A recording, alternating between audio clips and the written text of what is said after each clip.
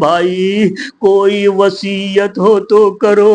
ابو الفضل عباس کہتے ہیں بھائی میں نے بچوں سے وعدہ کر لیا تھا اور میں نے خاص طور پر سکینہ سے وعدہ کیا تھا کہ میں پانی لے آؤں گا، میں پانی نہ لے جا سکا۔